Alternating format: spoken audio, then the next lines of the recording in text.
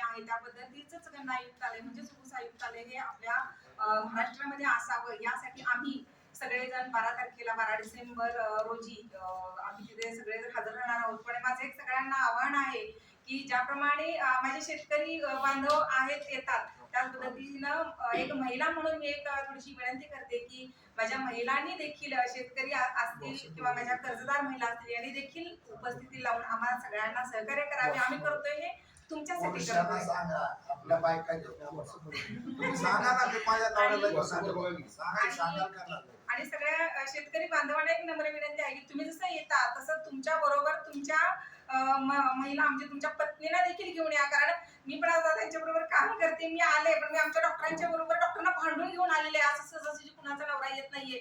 आज काय येणार नाही तुम्ही माझ्या बरोबर चलाच म्हणून मी 2 दिवस झाले डॉक्टरांच्या पाठीमागे लागले. नाही म्हणत मी दादांचा कॉल आलाय मला जावंच लागेल. मी डॉक्टरांना अक्षरशः म्हणजे ते आजारी आहेत तरी सुद्धा मी त्याला घेऊन आली. पण म्हणजे एक बांधवांना माझी नम्र विनंती आहे की तुम्ही देखील तुमच्या पत्नीला घेऊन येऊन आम्हा सगळ्यांना सहकार्य करा. आपल्याला कोणाला काही विचारायचं असेल तुम्ही गन्ना आयुक्तालय आणि साखर आयुक्तालय काय नेमका फरक आहे? उत्तर प्रदेशचं कौतुक करताय आणि तर महाराष्ट्राचं डॅमेज कंट्रोल करताय, कर्नाटकचं का नाही?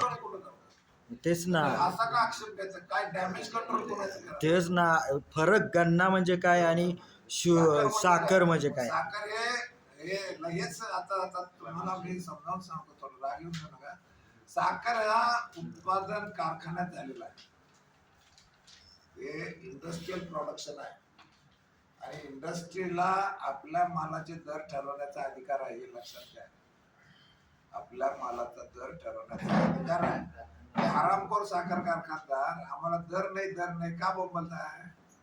आता आम्ही माग 10 वर्षापूर्वी 2010 साली होते नाही का, म्हणजे 15 वर्षापूर्वी मी घोषणा केली की 30 रुपयाच्या आत साखर विकायची नाही.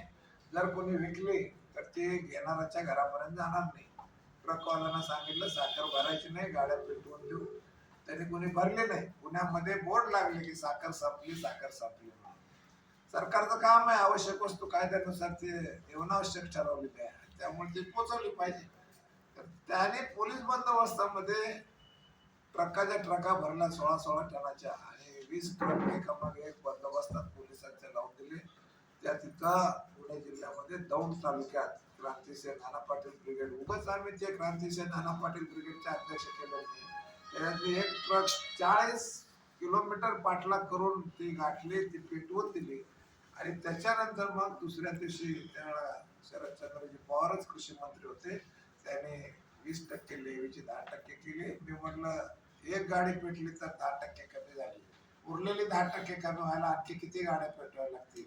त्या साईडला श्रीरंगराजन कमिटी बसलेली, ती पूर्ण लेवी रद्द झाली.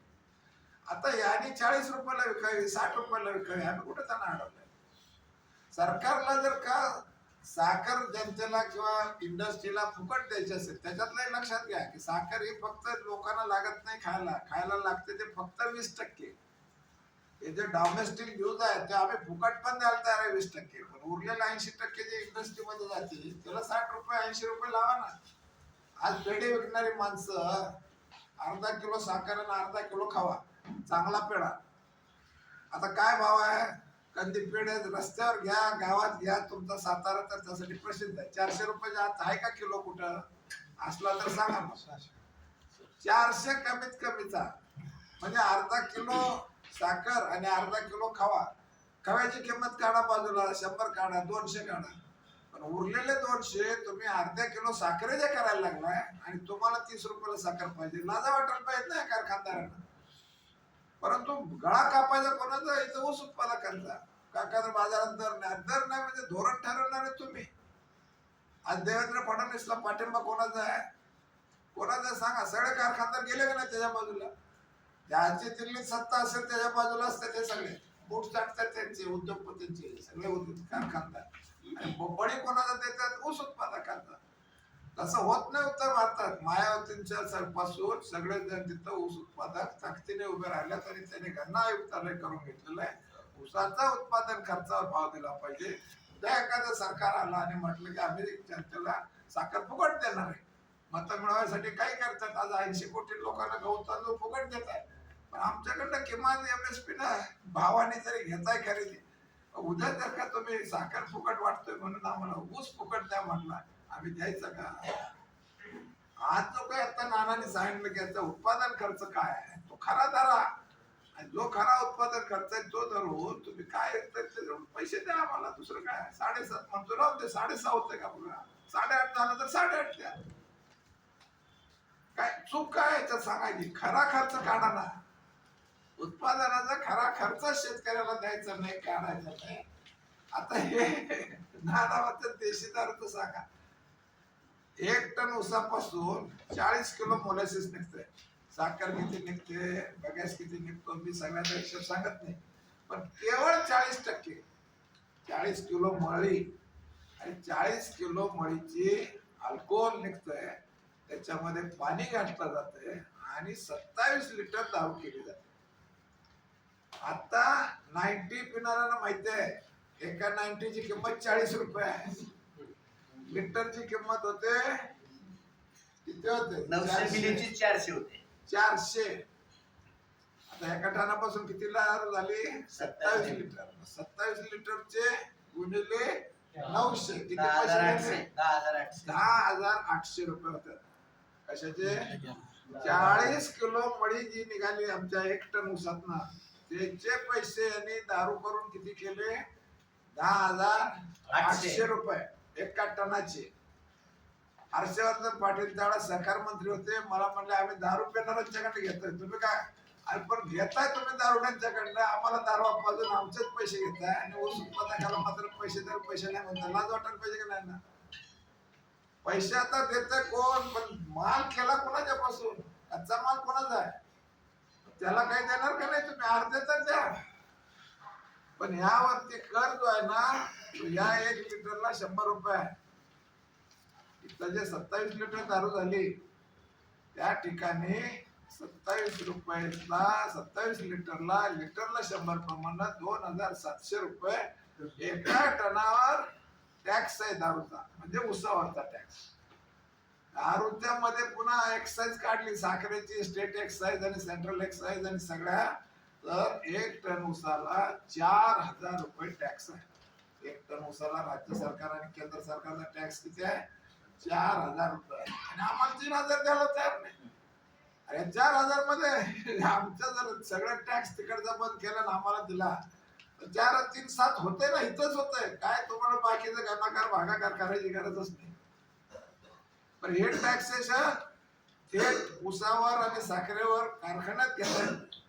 आता कारखाना चालवण्यासाठी ऊस लागतो आणि ऊस तयार करण्यासाठी आम्ही जे काही काम करतोय, त्या शेत तयार करतो, आता तिथं किती डिझेल जाते आमचं? 1 एकर चांगलं पलटीनं नांगरायचं म्हटलं तर ते शेतकरी त्यांना माहिती आहे की 15 लिटर डिझेल लागतं. आज लिटरला 100 रुपये डिझेलची किंमत झाली. 40 रुपयाचा लिटर आहे, 60 रुपये टॅक्स आहे. 15 लिटर डिझेल ज्यावेळेला आम्ही जाळतो, 1 एकर शेत नांगरून आम्ही खाली उतरतो, त्यावेळेला 15 गुणिले 60 900 रुपये भारत सरकारच्या तिजोरीत जाते, राज्य सरकारच्या तिजोरीत जाते. एवढा टॅक्स कोण देतं सांगा ना आमच्या एवढा? आणि वर म्हणतात शेतकऱ्याला टॅक्स नाही. नुसतं डिझेलचा टॅक्स झाला आणि नुसतं नांगरताना, परत ते ढेकळं फोडताना, सऱ्या पाडताना, ऊस वाहतूक करताना किती डिझेल जळतंय आणि आम्ही किती टॅक्स भरतोय तेवढा हिशोबच करून सांगा. उगाच आम्ही मरतोय का आत्महत्या करतोय?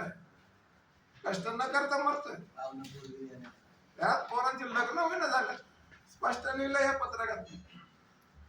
आता निर्वंश होणार आहेत सरकार शेतकऱ्यांचे कुटुंबाच्या कुटुंब. तुम्हाला सांगतो, मुली मिळणार नाहीत, लग्न होणार नाहीत. 40-40 वर्षाची पोरं झाली, डोक्यावरचे केस रंगवून झाले, हातावरचे रंगवले, आता छातीवरच्या रंगवायला लागले. काय पाप केलं आम्ही अशा पद्धतीनं? जे काही आमचं नशिबी आले सगळं का झालंय असं? तर हे जे काही आमचं जे काही दुखणं आहे, हे तुम्ही सगळ्या शेतकरी पुत्रांनी, किसान पुत्रांनी निदान मांडावं. हे जर का राज्यकर्ते वचनेवर येणार नसते तर आता आम्ही मारणार नाही आणि मारल्याशिवाय सोडणार नाही, हे पण तुम्हाला सांग. झाल्या आत्महत्या भरपूर झाल्या. जर का या राज्यकर्त्यांना कळत नसेल तर आता शस्त्रच हातात घ्यावं लागेल, याच्याशिवाय इलाज नाही. पण दादा, आता कारखानदार हे निवडणुका सुरू असताना शेतकरी त्यांच्याच मागे कशी जाते आणि परत म्हणणार की कारखानदार ही. शेतकरी का जातात तर तुम्ही दोन कारखान्यामध्ये अंतराची अट ठेवली. कुठं जायचं आम्ही सांगा. आम्ही आता दोन बंदी उठवले. शरद जोशींच्या नेतृत्वाखाली आम्ही दोन बंदी उठवले. आज आम्ही ऊस कुठेही घालायला आम्हाला परवानगी मिळाली का नाही. या हरामखोरांनी काय केलं, सगळे एकत्र आले. केंद्र आणि राज्य सरकार यांचंच ऐकतंय आणि सगळ्यांनी मिळून काय ठरवलं की सगळीकडे ऊस कुठेही घेऊन जा, तुला हेच भाव मिळणार, FRP मिळणार. आता काय करायचं, आम्ही कुठे जायचं. दुसरा कारखाना होऊन द्यायचा नाही शेजारी, आम्हाला कारखाना काढून द्यायचा नाही. कुठेही गेलं तर यांनी एकच दर द्यायचा, जायचं कुठं.